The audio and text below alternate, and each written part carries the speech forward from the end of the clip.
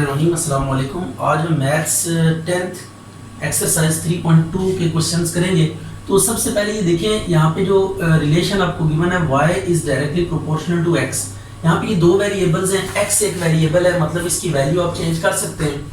और इसी तरह जैसे जैसे x चेंज होगा उसी के रिस्पेक्ट से y में भी क्या आएगी, चेंज आएगी।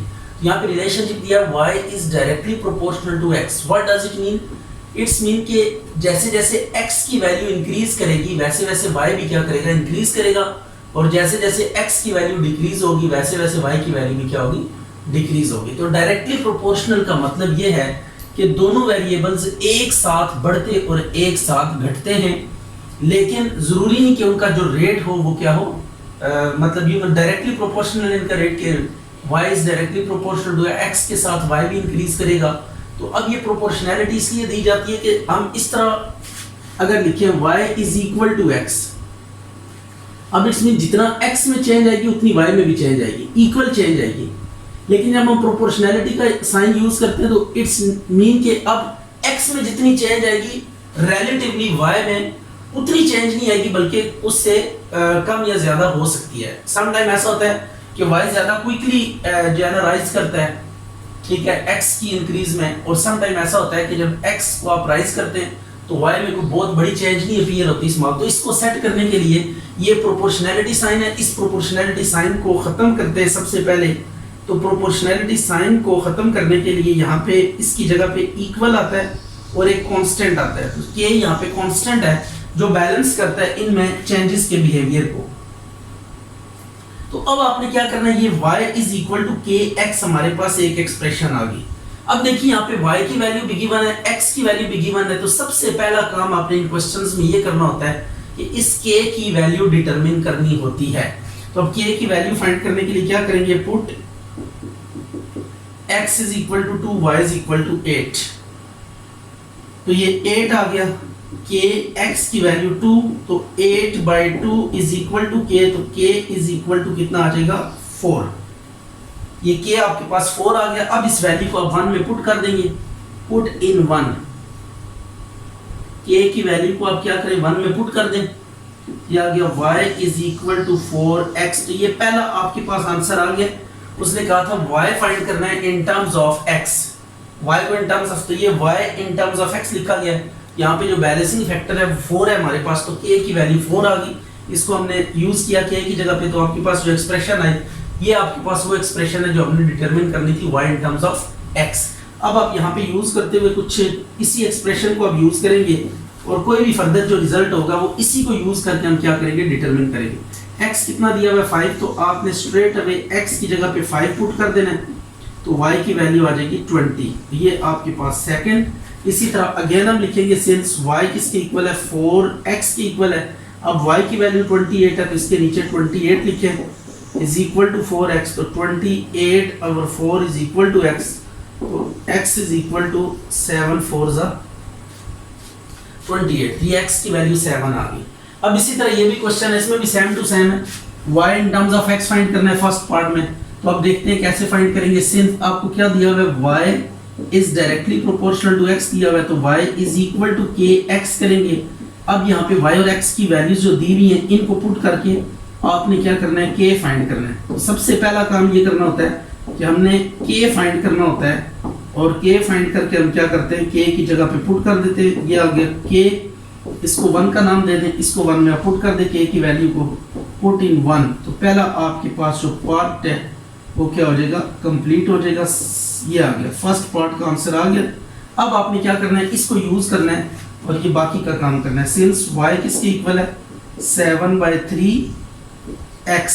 अब y की वैल्यू गिवन है 35, तो y के नीचे 35 लिख देंगे इज इक्वल टू 7/3x। 3 इधर मल्टीप्लाई हो जाएगा और 7 डिवाइड हो जाएगा, तो x, तो x इज इक्वल टू 7 5 जा 5 3 जा 15। तो ये आपके पास आंसर आ गया कटिंग के बाद।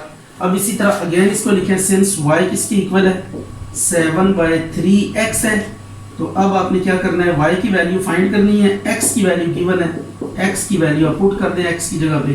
तो 3 6 18 होगा, तो 7 6 42। तो y आपके पास कितना आ गया, 42 आ गया। तो ये है लीनियर रिलेशनशिप है बेसिकली। दोनों साइडों पे जो पावर है वो 1 है। तो इस तरह का जो रिलेशनशिप होता है उसको हम क्या कहते हैं, लीनियर।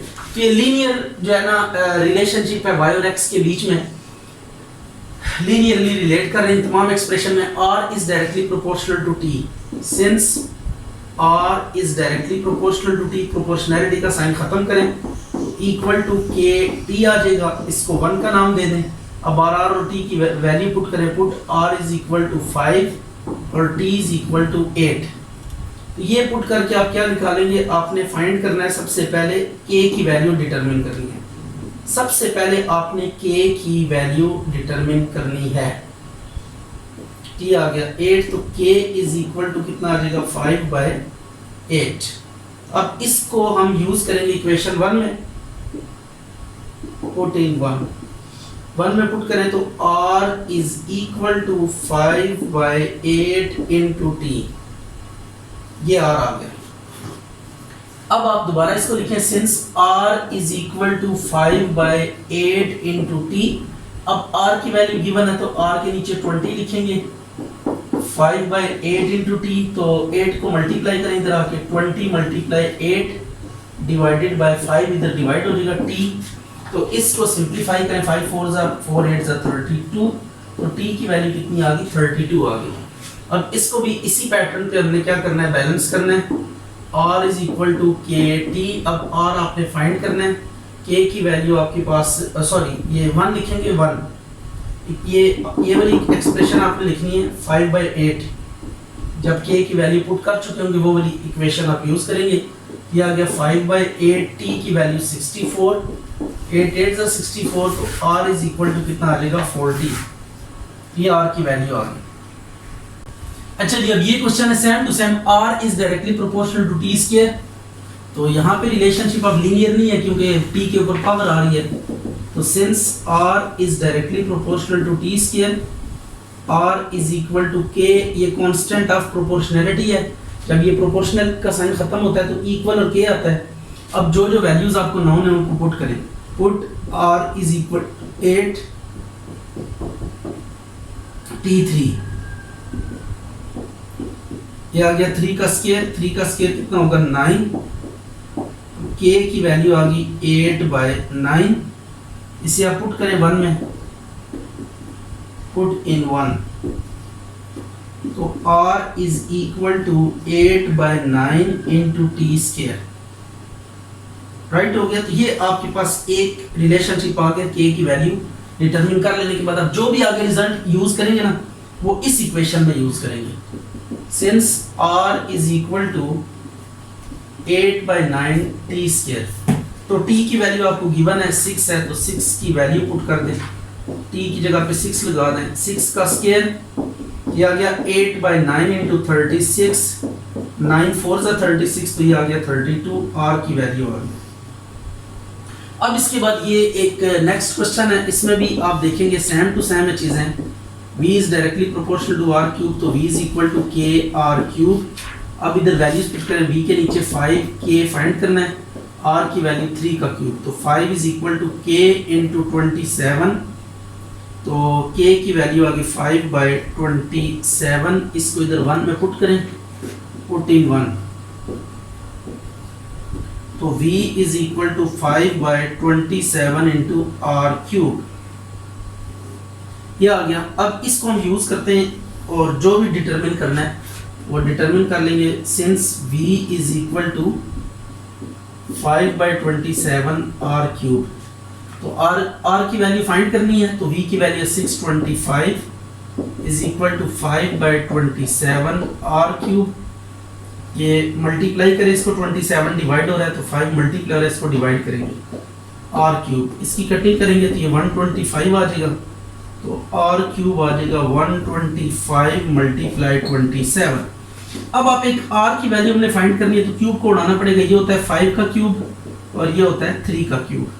तो अब क्यूब दोनों तरफ से कैंसिल हो जाएंगे, तो 5 मल्टीप्लाई 3 बचेगा, तो 5 3 जा कितना हो जाएगा 15, तो ये r की वैल्यू आ गई व्हेन एवर v इज 625। अब ये भी बिल्कुल वैसे ही क्वेश्चन है, तो y is directly proportional to u cube है, तो W is equal to k u cube, sorry ये W है, W is equal to u cube. अब जो जो वैल्यूज आपको पता है वो पुट करें और K फाइंड करें। W is equal to 81, U is equal to 3, तो ये W की जगह पे 81 पुट कर दिया, K U 3 का क्यूब आ गया। 81 ओवर 27 होता है 3 का क्यूब, तो K इज इक्वल टू 3 आ जाएगा। ठीक हो गया। ये आपने क्या किया, 27 1 जा 27 3 जा कितना होगा, 81 होगा। इसको आप चेक कर लीजिएगा, इसको पुट करें 1 में, पुट इन 1, ये W is equal to K की जगह पे 3 और U cube as it is आ जाएगा। तो ये आपके पास एक एक्सप्रेशन आ गई है। अब इसको यूज करते हुए आप फर्दर जो है ना प्रोसीड करेंगे। या गया 3U क्यूब, U की जगह पे वैल्यू पुट करें 3 इंटू 5 का cube, W is equal to 3 into 125, तो 125 को मल्टीप्लाई करें, यह आ जाएगा 375। This is your answer. अच्छा भी अब ये एक एक्सप्रेशन है, इसमें रिलेशन है inversely proportional. y is inversely proportional to x, इसको पढ़ेंगे y varies inversely as x। Inversely का मीनिंग क्या है कि जब एक चीज बढ़ेगी तो दूसरी कम होगी, राइट हो गया। एक चीज के बढ़ने से दूसरी क्या हो जाएगी, कम हो जाएगी। इसको कहते हैं इनवर्सली प्रोपोर्शनल। तो since y is inversely proportional to 1 over x, proportionality का साइन खत्म करना है, तो ये equal to k over x, ये ऊपर कांस्टेंट लग जाएगा k बाय x। अब इसमें वैल्यूज पुट करें, put x is equal to 3, y is equal to 4, y 4 लिखेंगे, k ओवर x की जगह पे 3, तो 4 multiply 3 is equal to k आ गया 4 3 सा 12। अब इसको पुट करें ऊपर 1 में, पुट इन 1, या जगह y is equal to 12 by x। ये पहली एक्सप्रेशन आ गई है। अब इस एक्सप्रेशन के साथ आपने क्या करना है, इसको लेकर आपने बाकी काम करना है।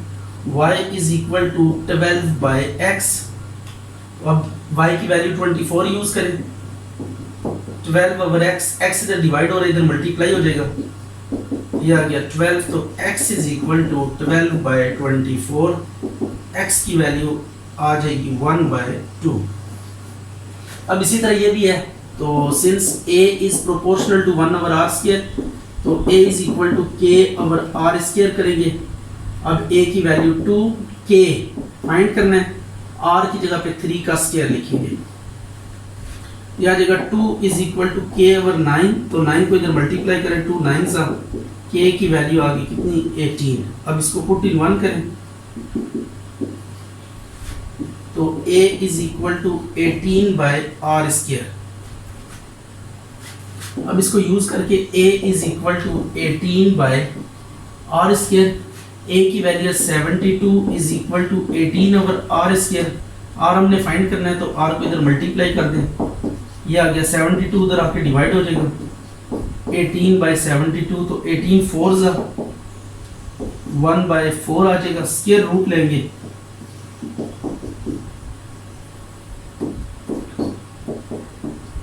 r is equal to 1 by 2। अब इसी तरह आपके पास m is inversely proportional to n cube है, ये भी इनवर्सली रिलेशनशिप है, तो m is equal to k over n cube आ गया। अब आपने इसमें वैल्यू यूज करेंगे, put m is equal to 2, n is equal to 4, ये आ जाएगा आपके पास m की वैल्यू है 2 is equal to k by 4 का क्यूब, 2 मल्टीप्लाई 4 का cube is equal to k is equal to 64 2 जा 128, इसको 1 में पुट करें, तो m is equal to 128 by n आपके पास कितना है, ये एज इट इज लिखेंगे फिलहाल। अब ये इक्वेशन आपके पास डेवलप हो गई है, अब इसको यूज करके फर्दर रिजल्ट आपने डिटरमिन करना है। 128 ओवर n क्यूब, n की वैल्यू पुट करें, m is equal to 128 by 6 का क्यूब, 6 का क्यूब कितना होता है 128 ओवर 216।